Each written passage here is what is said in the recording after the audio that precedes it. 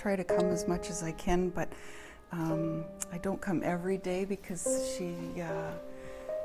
structure and routine is so important to her that if I were to come every day, she would start to wade out the window. Hi, Megan. Amelia. Who's that? Hi. What are you doing? So I try to come every 2 or 3 days so that she understands more and more that this is home. It's nice to see you. Yeah. Look at more pictures. I miss you at home. This is Amelia Arthur's home now, a respite center in Sarnia. All done? I know. It's okay. It's all right. You don't have to bite. It's okay. It's a short-term care facility, but Amelia has been here since September. Since the day her mother Wilma pretended to drop her off for a weekend visit and drove away, knowing she wasn't coming back to get her. After a long, hard day, I'm sending this letter to you. Our daughter Amelia is currently in respite care with you. We are informing you that we will not be picking her up and are surrendering care of her to you. It was very, very difficult to put that, to state in words that you can't care for your daughter and that you're begging them to take care of her for you. It's not easy. Okay. Come on, Amelia. Up we go. Up we go. Atta girl. Amelia is 21. She has autism, epilepsy, an auditory disorder, and the cognitive abilities of a toddler. At the respite center and at the day center she attends, 2 caregivers have to be with her at all times. Even then, it's still a challenge. Especially when she tries to bolt. She gets flinging herself around and rolling around on the floor, and so many times I tripped over her. A couple of times I almost dropped a hot pot of boiling pasta or whatever on top of her, and I didn't, thank goodness. And just keeping her safe, it was a huge struggle getting her in and out of the car. It was getting really bad. It only got worse when she couldn't count on her husband for help anymore. Hey there. Hi, Dr. Hahn. How are you? I'm doing okay. How are you guys? Not too bad. Chris Arthurs has cancer. It's terminal. He does seem to be going downhill to me, in that he's not able to do very much. He's pretty sedentary almost all the time. You are more anemic, and so that might be putting more of a strain on your breathing. Giving up their daughter was excruciating, they say, but they felt they had no other choice. The government says there's planning, but there isn't. And I knew that Amelia was on a wait list, and I knew that there was only one group home that was suited to her. And in that group home, I knew they were young people. So I knew it would be decades before she would have a place. Amelia will survive us. So for all parents that are in our position, you know, it's inevitable that some plan has to be made for your child when you're gone. Mm-hmm. So it just came up a lot sooner and a lot quicker than we expected. Mm-hmm. Yeah, I'll have to find it. The Arthurs are entitled to $9,000 a year in provincial funding to help care for Amelia. That would only be enough to cover the cost of a full-time caregiver for a month.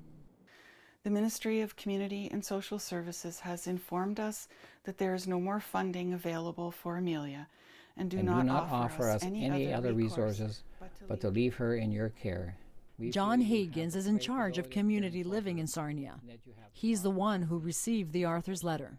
My heart sank, for sure. It sank for the family, sank for all the families that are out there, in a sense of, okay, when you see cracks in the system like this and people not coping, then you know that's the end result of a large gap in resources to a very large need that's out there. Amelia is not the only one who's been left behind. In the last year alone, in Sarnia alone, 2 other families have abandoned their severely disabled children as short-term facilities after years of waiting for a spot in a group home.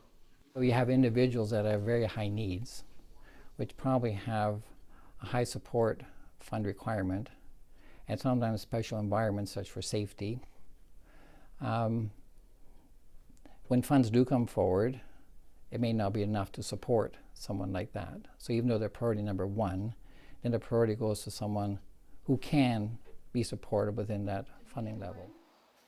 So Amelia has to keep waiting for a spot at a group home.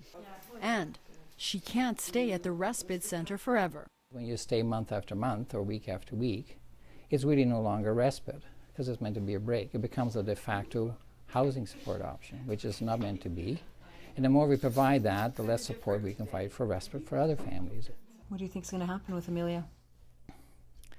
I really don't know at this point. I know it is all we could do. We had no other choice. But her disability The uncertainty causes and the fear have prompted treatment. Wilma to tell her story publicly, July, to draw attention to Amelia's case and to the 6,000 disabled people in Ontario waiting for a residential placement. the government is saying no. Ontario's opposition parties are supporting her and her plea for more government funding. Among them, Christine Elliott, who has also called for an all-party committee to help families in crisis. It's a rapidly aging parent population, and so I think as bad as it is now, we can expect things to even get worse in the next few years. As a parent of a disabled child, Elliott is all too aware of the challenges and of how desperate families can get.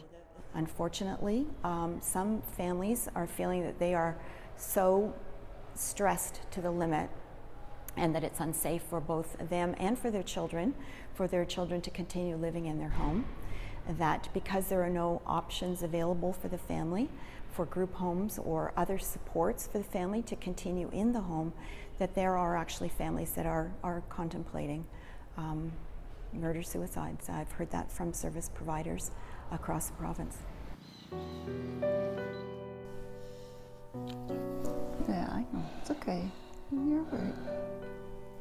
Hey, look. You're okay. Yeah. You're just not going to show us that nice smile, are you? No. Wilma has peace of mind. For now, Amelia is still at the respite center and she can still visit her. Who's that? But there's already talk of moving Amelia to a psychiatric ward or a nursing home.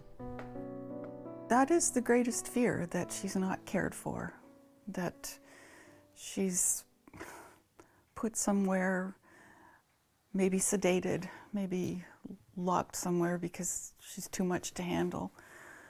But I have to trust in society, I have to trust in the human spirit that the right thing will be done.